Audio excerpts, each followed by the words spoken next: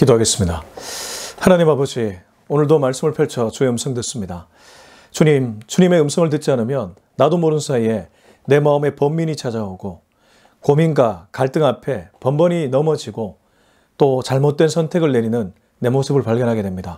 주님, 성령 충만하길 원합니다. 말씀 충만하길 원합니다. 오늘도 말씀하여 주옵소서. 예수님의 이름으로 기도합니다. 아멘. 네, 오늘은 창세기 17장 1절에서 14절까지입니다. 창세기 17장 1절에서 14절을 같이 읽겠습니다. 아브라함이 99세 때에 여호와께서 아브라함에게 나타나서 그에게 이르시되 나는 전능한 하나님이라. 너는 내 앞에서 행하여 완전하라. 내가 내 언약을 나와 너 사이에 두어 너를 크게 번성하게 하리라 하시니 아브라함이 엎드렸더니 하나님이 또 그에게 말씀하여 이르시되 보라, 내 언약이 너와 함께 있으니 너는 여러 민족의 아버지가 될지라. 이제 후로는 내 이름을 아브라함이라 하지 아니하고 아브라함이라 하리니 이는 내가 너를 여러 민족의 아버지가 되게 함이니라. 내가 너로 심히 번성하게 하리니 내가 내게서 민족들이 나게 하며 왕들이 내게로부터 나오리라. 내가 내 언약을 나와 너 및 내 대대 후손 사이에 세워서 영원한 언약을 삼고 너와 내 후손의 하나님이 되리라. 내가 너와 내 후손에게 내가 거류하는 이 땅 곧 가나안 온 땅을 주어 영원한 기업이 되게 하고 나는 그들의 하나님이 되리라. 하나님이 또 아브라함에게 이르시되 그런즉 너는 내 언약을 지키고 내 후손도 대대로 지키라. 너희 중 남자는 다 할례를 받으라. 이것이 나와 너희와 너희 후손 사이에 지킬 내 언약이니라. 너희는 포피를 베어라. 이것이 나와 너희 사이의 언약의 표정이니라. 너희의 대대로 모든 남자는 집에서 난 자나 또는 너희 자손이 아니라 이방 사람에게서 돈으로 산 자를 막론하고 난 지 8일 만에 할례를 받을 것이라. 너희 집에서 난 자든지 너희 돈으로 산 자든지 할례를 받아야 하리니 이에 내 언약이 너희 사이에서 영원한 언약이 되려니와 할례를 받지 아니한 남자 곧 그 포피를 베지 아니한 자는 백성 중에서 끊어지리니 그가 내 언약을 배반하였음이니라. 아멘. 네, 오늘은 창세기 17장 1절에서 14절까지의 말씀입니다. 오늘 말씀을 묵상하다가 이런 생각을 해봤습니다. 지금 아브라함에게 하나님이 이러한 하나님으로 다가가고 있구나. 아브라함 입장에서는 하나님 그러면 이러한 하나님이 떠올랐겠구나. 여러분, 우리가 어떤 음식점이나 카페를 가면 시그니처 메뉴가 있지 않습니까? 예를 들면 어떤 카페에는 이런 커피가 맛있다더라. 어떤 음식점에는 이런 음식이 대표 메뉴라고 하더라. 대표 메뉴. 이른바 시그니처 메뉴가 있는 것처럼 신앙에 우리가 하나님을 받아들일 때도 하나님의 이러한 부분이 굉장히 크게 볼드체처럼 기록되어 느껴지는 것이죠. 저에게 하나님은 회복의 하나님이었습니다. 저는 사실 소위 말해 일진 생활도 좀 했던 한가닥 했던 인물이었습니다. 물론 제가 싸움을 엄청 잘하거나 아니면 힘이 엄청 좋거나 그런 것은 아니었지만 중고등학교 시기를 방황을 많이 했습니다. 이유가 있었습니다.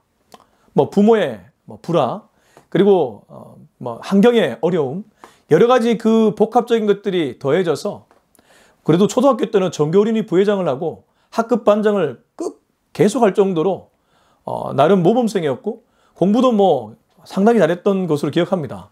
중학교 1학년 때인가 2학년 때까지는 전교 2등까지도 하고 그랬습니다. 근데 이건 자랑하려고 하는 게 아니고요. 그랬던 제가 이러한 사춘기를 심하게 하면서 완전히 사람이 방탕의 길로 접어들었던 것이죠. 진짜 나쁜 짓이란 나쁜 짓은 다 해봤던 것 같습니다. 오죽하면 빵 셔틀 그런 거 있잖아요. 도시락 셔틀 이런 거 다 시켰습니다. 이 자리를 빌어서 그 친구들한테 미안함을 전하고 그랬던 제가 예수님 만나서 바뀌었습니다. 정말 세대요. 하나님은 정말 강력한 분입니다. 여러분 인생에서 주님 제대로 만나면 반드시 변화되게 되어 있습니다. 제가 산 증인이고 제 앞서 걸어갔던 우리 목사님들이 산 증인이고 우리 선배 신앙인들이 다 산 증인들입니다. 주님 만나면 인생 바뀝니다. 저는 내면에 상처가 많았습니다. 사회에 대한 분노도 있었습니다. 나는 왜 이래 이거? 왜 난 이렇게 태어났고? 왜 내 재능은 이렇게 쓰임받지 못해? 정말 짜증나네. 이런 생각이 있었지만 주님 만나니까 퍼즐 조각 다 맞춰지는 것처럼 맞춰지더라고요. 이래서 이랬구나. 이래서 이런 과정 거쳤구나. 지금도 그렇습니다. 전 제가 교회 개척을 생각하게 될 줄 꿈에도 몰랐습니다. 근데 지금은 교회 개척을 꿈꾸고 있고 막 설레기도 합니다. 솔직히 교회 개척 두려운 일입니다. 그렇지 않습니까? 현실을 보면 막막할 때가 있습니다. 근데 오히려 광야에서 주님 붙들면서 내 영성이 살아나겠구나. 메시지가 더욱 선명해지고 정말 성령 충만하겠구나. 이러한 기대심도 든다는 뜻입니다. 여러분, 하나님이 이끄는 인생이 100점입니다. 하나님이 이끌지 않으면 아무리 세상적으로 성공해도 그건 100점짜리 인생 아닙니다. 하나님 만나서 저는 회복되었습니다. 지금도 회복되어 가고 있습니다. 그래서 세계 하나님은 회복의 하나님. 물론 요즘은 다른 부분에 하나님도 많이 느껴지긴 합니다. 그러나 저에게 시그니처는 회복의 하나님. 앞서 창세기 16장 하갈에게는 어떤 하나님이었습니까? 브엘라 헤로이, 나를 살피시는 하나님. 주인 살해의 핍박에 도망쳐 나왔는데 그때 하나님의 천사가 그를 향해 질문을 해왔고 하나님은 그의 고통을 들으시고 이스마엘을 허락해 주셨습니다. 아들을 보면서 위로를 받았겠죠. 아들을 보면서 나를 살펴주신 하나님을 느꼈던 것입니다. 노아는 어떻습니까? 물 심판이 일어날 때 구원의 방주를 통해 그는 하나님을 구원의 하나님으로 받아들이게 됐을 것입니다. 모든 인물마다 하나님의 어떤 부분이 도드라지게 다가옵니다. 이걸 시그니처라고 부를 수 있겠죠. 지금 아브라함에게는 하나님이 전능의 하나님으로 다가오고 있습니다. 17장 1절입니다. 아브라함이 99세 때에 여호와께서 아브라함에게 나타나서 그에게 이르시되 나는 전능한 하나님이라 너는 내 앞에서 행하여 완전하라. 아브라함에게 나타나서 그에게 이르시되 나는 전능한 하나님이라. 여러분, 전능이 무엇입니까? 우리가 왜 장로님들 대표기도 할 때 전지전능하신 하나님, 무소부재의 하나님 이렇게 얘기하는데 전지전능, 모든 것을 알고 계시고 모든 것에 능하신 하나님. 아브라함이 지금 나이가 몇 세라고 합니까? 99세입니다. 앞에 16장 마지막 절인 16절을 보면 하갈이 아브라함에게 이스마엘을 낳았을 때에 아브라함이 86세였더라. 86세에 아들 얻었습니다. 다만 약속의 후손 아니었죠. 그리고 13년이 흘러 99세가 되었습니다. 13년 동안 하나님은 사례를 통해 약속의 씨를 주지 않았습니다. 이쯤 되면 아브라함에게 의심듭니다. 여러분, 그렇지 않겠습니까? 아무리 하나님이 하늘을 보고 별을 보라, 저 많은 뭇별처럼 네 자손이 그렇게 될 것이다 약속해 주셨지만 아브라함 입장에서 이스마엘이 약속의 씨가 아닐까? 내 나이 99세인데 뭘 할 수 있을까? 기력이 세해서 내가 과연 자식을 낳을 수 있을까? 불가능이죠. 인간적 눈으로 보면 불가능입니다. 사례는 어떻습니까? 불임녀입니다. 지금까지 그녀와 잠자리를 가진 것만 해도 숱한데 하나님이 아직까지도 주지 않았는데 뭘 주겠는가? 근데 99세가 되는 해에 주님이 찾아오셔서 나는 전능의 하나님이다. 나는 모든 것을 가능케 할 수 있는 하나님이라고 아브라함에게 소개해 주셨던 것입니다. 전능하신 나의 주 하나님은 능치 못하실 일 전혀 없네. 불가능한 일 행하시고. 그렇습니다. 지금 아브라함에게 하나님은 능치 못하실 일 전혀 없는, 불가능한 일이 전혀 없는 하나님, 전능의 하나님으로 다가왔습니다. 우리의 힘으로, 우리의 노력으로, 우리의 수고로 아무리 해도 안 되는 것, 하나님이 한번 스쳐 지나가기만 해도 이루어질 때가 있습니다. 저는 가끔 그런 경험을 할 때가 있습니다. 그리고 지금도 그런 꿈을 꾸고 있습니다. 사실 제가 이 바이블레이션 채널을 운영한 지 꽤 한 3년이 지나가고 있는데요. 처음으로 브랜드 계정을 만들려고 하고 있습니다. 우선 제가 교회 개척 전에 온라인 처치를 먼저 하려고 합니다.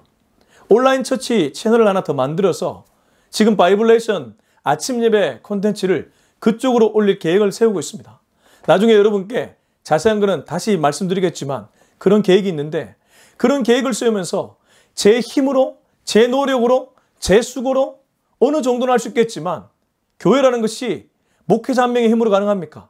성도와 목회자의 힘으로만 가능합니까?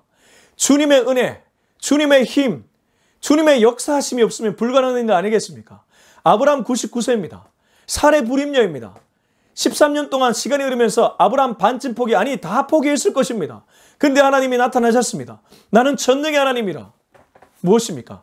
아브라함에게 하나님은 시그니처가 전능의 하나님. 불가능한 일을 가능케 하신 하나님. 하나님은 딱 하나 말씀하셨습니다. 너는 내 앞에서 행하여 완전하라. 어떻게 하나님의 역사가 이루어지는지를 하나님은 아브라함에게 힌트를 주셨습니다. 너는 내 앞에서 행하여 완전하라. 히브리어 원문 그대로 보면 할라크 동사가 쓰이는데 여기 할라크는 그냥 걸어가다가 아니라 앞서 걸어가다라는 뜻을 갖고 있다고 합니다. 아브라함이 앞서 걸어간다는 것은 무엇입니까? 순종입니다. 여러분, 앞에 걸어가는 인생이 무엇입니까? 하나님이 말씀하시자마자 걸어가는 인생 아니겠습니까? 너는 내 앞에서 행하여 완전하라. 이 완전함은 결국 순결, 정결을 얘기하는데 완전 100% 순도 깊은 그러한 순수함을 얘기한다기보다는 정직함, 진실함을 얘기한다고 볼 수 있습니다. 하나님이 우리에게 역사할 때 어떨 때 역사합니까? 순종할 때 역사합니다. 진실하고 정직한 마음으로 나갈 때 역사합니다. 진실하고 정직한 순종. 이게 하나님의 전능을 이끌어내는 키워드라는 거예요. 물론 우리 힘으로 가능한 건 아닙니다. 하나님이 그렇게 해도 역사하지 않을 때도 있습니다. 그러나 오늘 아브라함에게 창세기 17장 1절에서 말씀하시는 것은 너는 내게 행하여 완전하라. 네가 순종하고 네가 정직하게 나아가면 나는 반드시 역사할 것이다. 비록 네가 원하는 타이밍은 아니겠지만 내가 원하는 내 타이밍에 역사할 것이다. 이게 아브라함에게 나타나신 하나님이었습니다. 저는 이 하나님이 저와 여러분이 하나님이 되었으면 좋겠다는 생각이 듭니다.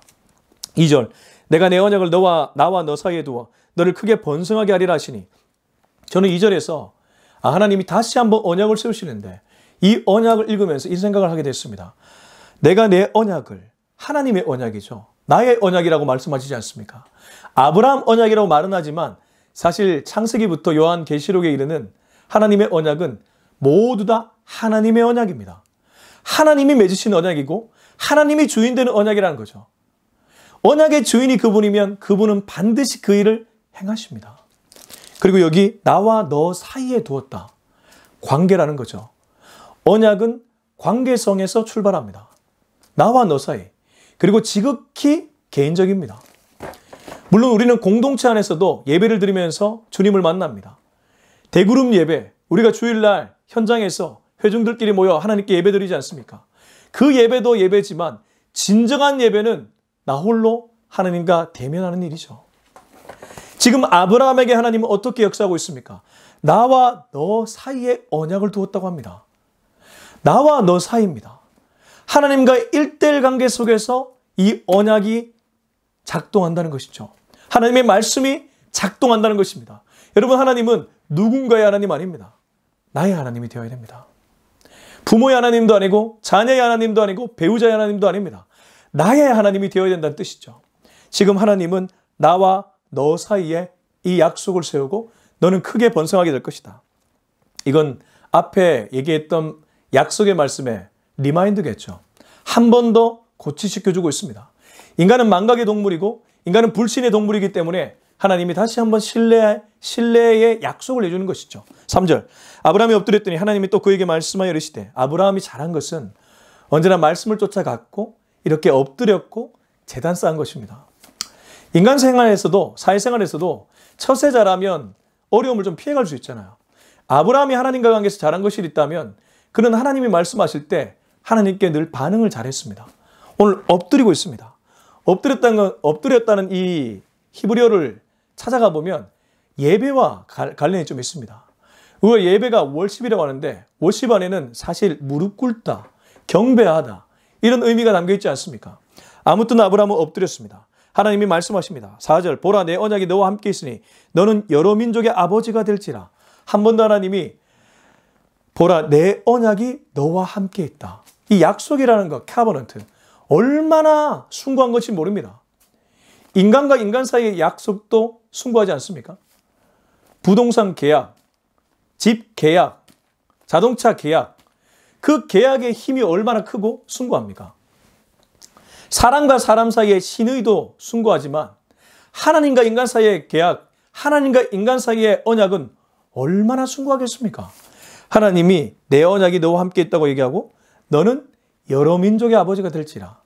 여러 민족의 아버지, 무자손의 아버지가 될 것이라고 얘기합니다. 그러나 지금 아브라함의 눈에는 이스마엘밖에 없습니다. 현실의 눈에는 이스마엘밖에 없습니다. 하나님의 계획에는 열국의 아버지입니다. 하나님의 타이밍과 내 타이밍이 다르지만 하나님의 계획에 아브라함은 열국의 아버지, 아브라함에게 현실의 눈에는 한 아들의 아버지입니다. 이게 하나님과 우리 사이의 큰 차이입니다. 여러분, 영안을 떠야 됩니다. 하나님의 시야로 세상을 봐야 됩니다.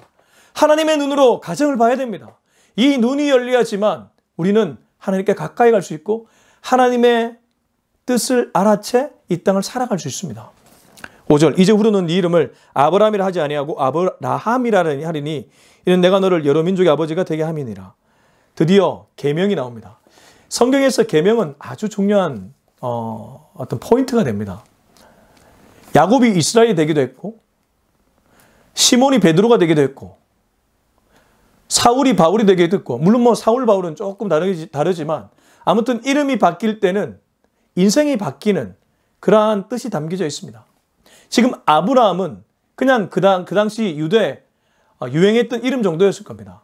근데 하나님이 이름을 지어주고 계십니다. 아브라함. 이름 계명하면서 그 이름 안에 열국의 아버지라는 뜻을 심겨주셨습니다. 변화되었다는 뜻이고 할례 받았다는 뜻이기도 합니다. 뒤에 할례가 나오긴 하지만 이름이 바뀌었다는 것도 인생이 바뀐 것이기 때문에 하나님이 그 이름을 바꾸면서 세계관을 바꿔주시고 가치관을 바꿔주시기 때문에 할례를 받았다. 마음의 할례를 받았다고도 볼 수 있습니다. 여러분은 이름이 바뀌었습니까? 저는 김윤기란 이름, 아버지께 받은 그 이름 그대로지만 한편으로 보면 영적으로 거듭난 그날 제 이름은 바뀌었습니다. 제 이름 안에 주님의 뜻이 담겨 있고 제 이름 안에 주님의 사명이 담겨 있기 때문에 바뀌었다는 뜻입니다. 한자 그대로 풀면 진실한 터이지만 그러나 저는 이 이름 안에 하나님께서 교회를 향한 사명을 주셨다고 생각합니다. 그래서 교회 개척을 꿈꾸고 있고 향후 다음 세대 젊은이들 청장년층들에게 복음을 전하려고 애쓰고 있습니다. 여러분의 인생에도 이러한 계명이 있어야 됩니다. 하나님이 이름을 바꿔주는 역사가 일어나야 된다는 뜻이죠. 아브라함은 이름을 바꿔주면서 드디어 한 해 후에 100세 때에 이삭이라는 약속의 후손이 태어나게 됩니다. 하나님은 일하시는 분이고 하나님은 역사하시는 분이고 하나님은 신실하신 분이십니다. 6절, 내가 너로 심히 번성하게 하려니 내가 내게서 민족들이 나게 하며 왕들이 내게로부터 나오리라. 한 번 더 얘기해 주십니다. 하나님은 그러고 보면 인간이 의심하고 불신하는 것을 잘 알고 계십니다. 이렇게 여러 번 강조해서 얘기해 주고 있습니다. 특별히 민족들과 왕들 나온다고 하는데 훗날 보면 계보에서 다윗 왕, 열왕기의 왕들이 나오지 않습니까? 맞습니다. 하나님은 한 구절도 허투루 말씀하시지 않습니다. 모두 다 그분의 말에서 나온 것은 땅에 떨어지지 않고 하늘에서 응답됩니다. 하나님이시기 때문입니다. 7절, 내가 내 언약을 나와 너 및 내 대대 후손 사이에 세워서 영원한 언약을 삼고 너와 네 후손의 하나님이 되리라. 여기서 눈여겨볼게. 나와 너 및 네 대대 후손 사이에 세워서 영원한 언약을 삼고 너와 네 후손의 하나님이 되리라. 굉장히 의미 깊은 말씀이죠. 아브라함과 맺은 언약이 후대에 영향을 끼친다는 뜻이고 이 언약은 아브라함에게만 유효한 언약이 아니라 영원한 언약이라는 뜻입니다. 다르게 표현하면 2022년을 살아가는 우리들에게 여전히 유효하다는 뜻입니다. 끝에 보면 너와 네 후손의 하나님, 하나님은 바로 아브라함의 하나님이 아니라 나의 하나님이시고 그분은 전능하신 하나님이시고 그분은 약속하시면 반드시 이루어주시는 하나님이라는 것, 이게 오늘 7절이 우리들에게 주는 교훈이라는 것입니다. 8절, 내가 너와 네 후손에게 네가 거류하는 이 땅 곧 가나안 온 땅을 주어 영원한 기업이 되게 하고 나는 그들의 하나님이 되리라. 저는 여기서 하나님이 8절에서 이 두 가지가 너무나 와닿았습니다. 내가 너와 네 손에게 네가 거류하는 이 땅, 가나안 땅을 주었다. 여러분, 아브라함이 어떠한 민족입니까? 유목민이었습니다. 아브라함은 고향과 친척 아비 집을 떠나라는 하나님의 명령을 받아 떠나는 인생이었고 나그네 인생이었습니다. 정착할 곳이 없는 인생, 유리방황하는 인생이죠. 가인부터 지금까지 어떤 의미에서 인류는 죄의 영향 아래 있기 때문에 유리방황합니다. 결국 사망을 향해 비틀거리며 가고 있는 인생들입니다. 근데 하나님이 가나안 땅을 주겠다고 약속합니다. 가나안 땅은 젖과 꿀이 흐르는 약속의 땅입니다. 이 땅을 네게 기업으로 준다고 합니다. 하나님은 여기가 아니라 저기 우리가 영원히 거할 처소를 이미 예비해 두셨습니다. 아브라함 때부터 예비해 두셨습니다. 그 예비된 처소를 우리는 향해 나아가고 있습니다. 또 하나, 영원한 기업이 되게 하고 나는 그들의 하나님이 되리라. 바로 우리의 하나님이 된다고 말씀하십니다. 신앙의 선조들 보면서 때로 우리는 그들에게 못 미치는 신앙의 모습을 보면서 참 회개할 때가 많죠. 바울의 열정, 다윗의 통치, 다니엘의 용기와 기계, 이런 것을 보면서 우리는 언제 저러한 신앙을 한번 가져보나? 아닙니다, 여러분. 하나님은 지금 아브라함에게 말씀하십니다. 영원한 기업이 되게 하고 나는 그들의 하나님이 되리라. 나는 너희의 하나님이 되리라. 나는 너의 하나님이 되리라. 바로 우리 모두의 하나님입니다. 하나님은 우리의 행위를 보고 우리를 잘했다고 칭찬하는 것이 아니라 우리의 믿음을 보고 우리에게 잘했다고 칭찬하시는 분입니다. 여러분, 믿음이 있으면 산도 옮길 수 있고 이 믿음이 있으면 결국 우리는 영원한 땅을 갈 수 있게 됩니다. 그래서 아브라함을 일컬어 믿음의 조상이라고 부르지 않습니까? 19절, 하나님이 또 아브라함에게 이르시되 그런즉 너는 내 언약을 지키고 네 후손도 대대로 지키라. 이제 하나님이 이 약속을 리마인드 시켜주시고 아브라함에게 부탁을 하십니다. 어떤 의미에서 아브라함 언약의 차이점이 있다면 아브라함 언약에서는 인간이 해야 될 어떠한 행위를 얘기해주고 있습니다. 그 행위가 무엇일까요? 10절, 너희 중 남자는 다 할례를 받으라. 이것이 나와 너희와 너희 후손 사이에 지킬 내 언약이니라. 할례입니다. 그래서 신약에 오면 그 구약에 능통했던 유대인들이 할례 준수를 계속 요구했던 것입니다. 난지 8일 만에 남자들은 포피를 잘라내는 할례를 받아야 했습니다. 지금은 남자들이 포경 수술을 하지만 이 유대인들, 아브라함의 후손들은 육적 할례를 받아야 했습니다. 한 번 더 읽어보면 너희 중 남자는, 남자라고 탁 콕 집어 말하시죠. 다 할례를 받으라. 이것이 나와 너희와 너희 후손 사이에 지킬 내 언약이니라. 언약의 표징이라는 것이죠. 언약을 우리의 살에 뒀다는 것. 13절, 너희 집에서 난다든지 너희 돈으로 산다든지 할례를 받아야 하리니 이에 내 언약이 너희 살에 있어. 이게 바로 하나님이 이 약속, 아브라함에게 하신 약속을 우리 몸에 심겨둔 표징이었습니다. 그래서 육적 할례는 하나님이 우리의 몸에 심어둔 약속의 표징, 이렇게 해석할 수 있습니다. 자, 11절, 너희는 포피를 베어라. 이것이 나와 너희 사이의 언약의 표징이니라. 한 번 더 언급해 주죠. 12절, 너희의 대대로 모든 남자는 집에서 난 자나 또 너희 자손이 아니라 이방 사람에게서 돈으로 산 자를 막론하고 난지 8일 만에 할례를 받을 것이라. 너희 집에서 난 자든지 너희 돈으로 산 자든지 할례를 받아야 하리니 이에 내 언약이 너희 사이에 있어 영원한 언약이 되려니라. 할례를 받지 아니한 남자, 곧 그 포피를 베지 아니한 자는 백성 중에서 끊어지리니 그가 내 언약을 배반하였음이니라.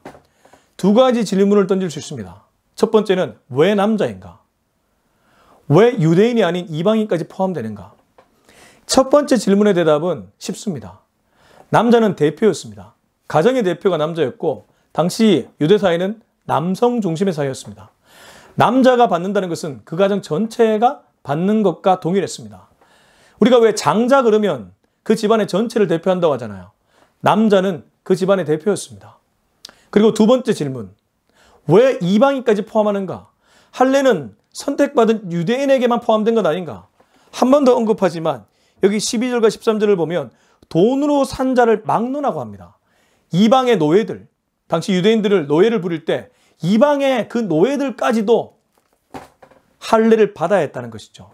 할례 받지 않으면 하나님의 백성이라고 생각하지 않는다고 말씀하십니다. 끊어진다고 말씀하십니다. 다르게 표현하면 하나님이 품으시는 범위가 유대인에게만 국한된 것이 아니라는 것이죠. 이 구절은 신약에 오면 표면적 유대인이 유대인이 아니라 이면적 유대인이 유대인이다. 이 말씀과 연결될 수 있습니다. 표면적 유대인, 혈통적 유대인만이 유대인이 아니라 하나님의 말씀에 입각해서 순종해 살은 모든 유대인들은 다 이면적 유대인, 유대인에 들어갈 수 있다는 것이죠. 이방인을 막론해서 포피를 베는 할례를 받으라고 하나님 말씀하셨습니다.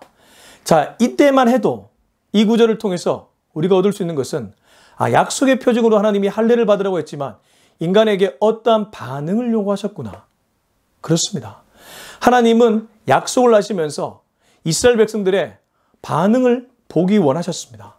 그 작은 반응이 할례였고 이 할례를 지키는 것을 통해 하나님은 이 백성이 내 백성이라고 확인하셨습니다. 신약에 와서 이 유대 혈통에 있는 사람들이 그래서 할례 준수, 안식일 준수를 엄청 외쳤던 것입니다. 근데 왜 바울이나 여러 사도들은 그것이 아니라 마음의 할례를 받으라고 얘기했을까요? 할례의 가장 기본적인 정신이 사라져버리고 의례화되었기 때문입니다. 고착화되고 종교화되었기 때문입니다. 무슨 말입니까? 형식 자체가 문제라는 것이 아니라 형식에 이즘이 더해져서 형식주의가 되었다는 것, 이것이 문제라는 것이죠. 저는 한국교회를 볼 때 안타까움이 있습니다. 아니, 젊은 약소한 목회자가 어떻게 그렇게 가볍게 말할 수 있는가? 그럴 수밖에 없는 것이, 신앙이라는 것은 언제나 팩트 베이직, 본질이 중요한데 본질을 떠나버리고 형식에 매이기 시작하면 그건 엄밀히 말해 신앙이 아니라 종교입니다. 종교성이 강화되는 것이지 신앙이 강화되는 것은 아닙니다. 신앙의 힘을 길러주는 것은 하나님의 말씀으로 돌아가는 것, 하나님의 뜻을 찾고 그 한 구절을 내 삶에서 실천해내는 것, 바로 그것이 신앙이죠. 하나님은 언약의 표징으로 할례를 주셨지만 나중에 사도 바울, 예수님이 오신 이후의 세대에는 마음의 할례, 전인격적으로 주님으로 인해 거듭나는 사건, 이것이 할례라고 말했던 것입니다. 여러분, 우리는 마음의 할례를 받아야 됩니다. 아브라함 계통에게는 육적 할례를 얘기했지만 이제 신약 시대 이후에 우리들은 마음의 할례를 받아야 됩니다. 마음의 할례를 그때 받고 끝내는 것이 아니라 매일 하나님과 교제하며 내 포피를 잘라내는 그러한 할례를 받아야 된다는 뜻입니다. 이 마음의 할례, 사람마다 다 다를 것입니다. 포피를 잘라냄으로써 하나님을 내 몸에 심는 것, 어떤 일입니까? 하나님이 인생의 주인 된다는 뜻입니다. 나도 모르게 내가 내 인생의 주인 삼는 여러 영역들이 있습니다. 저도 교회 개척을 꿈꾸다 보니까 이것도 필요한 것 같고 저것도 필요한 것 같고 이것도 필요한 것 같습니다. 그러다 보니 사람이나 환경을 보게 될 때가 있습니다. 아니요, 엎드리고 주님을 찾아야 될 때인 줄로 믿습니다. 여러분, 어떤 문제가 눈앞에 있다면 그때야말로 엎드리고 주님을 찾아야 될 때입니다. 그때야말로 주님의 얼굴 가까이에 나가야 될 때입니다. 여러분, 주님께 답이 있습니다. 주님은 전능한 하나님이라고 했습니다. 우리가 해야 될 일이 있다면 하나님 앞에 순종하고 하나님 앞에 정직하는 것, 이것이 우리가 해야 될 일이고 나머지는 하나님께 다 맡기면 하나님이 일하십니다. 이게 오늘 아브라함 창세기 17장 1절에서 14절에 주신 메시지인 줄로 믿습니다. 아브라함 언약에 담긴 뜻인 줄로 믿습니다. 이 뜻을 본받아 우리 삶에 나의 하나님을 시그니처가 되는 그런 하나님을 발견해 나갈 수 있기를 예수님의 이름으로 축원합니다. 기도하겠습니다. 이 시간 기도할 때 우리 하나님께 이렇게 얘기해 주셨으면 좋겠습니다. 주님, 나도 모르는 사이에 왜 이렇게 힘이 들어가는지 모르겠습니다. 왜 이렇게 사람을 찾으려고 하는지 모르겠습니다. 주님, 나를 불쌍히 여겨 주시옵소서. 주님, 어려울 때일수록, 힘들 때일수록 오히려 사람을 찾는 것이 아니라, 환경을 의지하는 것이 아니라 주님을 바라보게 하여 주시옵소서. 주님을 의지하게 하여 주시옵소서. 우리 이 기도 좀 가지고 주님 이름 한번 찾고 간절하고 뜨겁게 기도하겠습니다. 주여! 아버지 하나님, 감사합니다. 아브라함에게 주셨던 약속의 말씀, 바로 나에게 주는 하나님의 언약의 말씀입니다. 아브라함의 언약, 나의 언약입니다. 아브라함에게 주셨던 모든 소망의 말씀, 나의 소망의 말씀인 줄로 믿습니다. 주님, 주님은 전능하신 하나님입니다. 이 전능하신 하나님을 매일 묵상하는 인생 될 수 있기를 원합니다. 나도 모르는 사이에 사람을 찾으려고 환경을 의지하고 했습니다. 주여, 불쌍히 여겨 주시옵소서. 그것이 아니라 온전하게 주님을 의지하는 인생 되게 하시고 주님을 바라보는 인생 되게 하여 주시옵소서. 입술에서 나오는 고백이 사람을 향한 정죄나 비판이 아니라 하나님을 향한 찬양과 경배가 되게 하여 주시옵소서. 온전히 주님을 신뢰함으로 말미암아 주님이 주시는 달콤한 은혜가 매일 내 삶에 있게 하여 주시옵소서. 이제는 우리 주 예수 그리스도의 은혜와 하나님의 다음없는 사랑과 성령의 위로하심, 교통하심, 교제하심이 오늘 이 메시지를 통해 평생 하나님이 나의 하나님이 될 뿐만 아니라 나아가 언약의 하나님, 전능하신 하나님, 그래서 온전히 주님만 신뢰하기로 다짐하는 우리 모두의 머리 위에 지금부터 영원토록 함께하기를 간절히 축원하옵나이다. 아멘.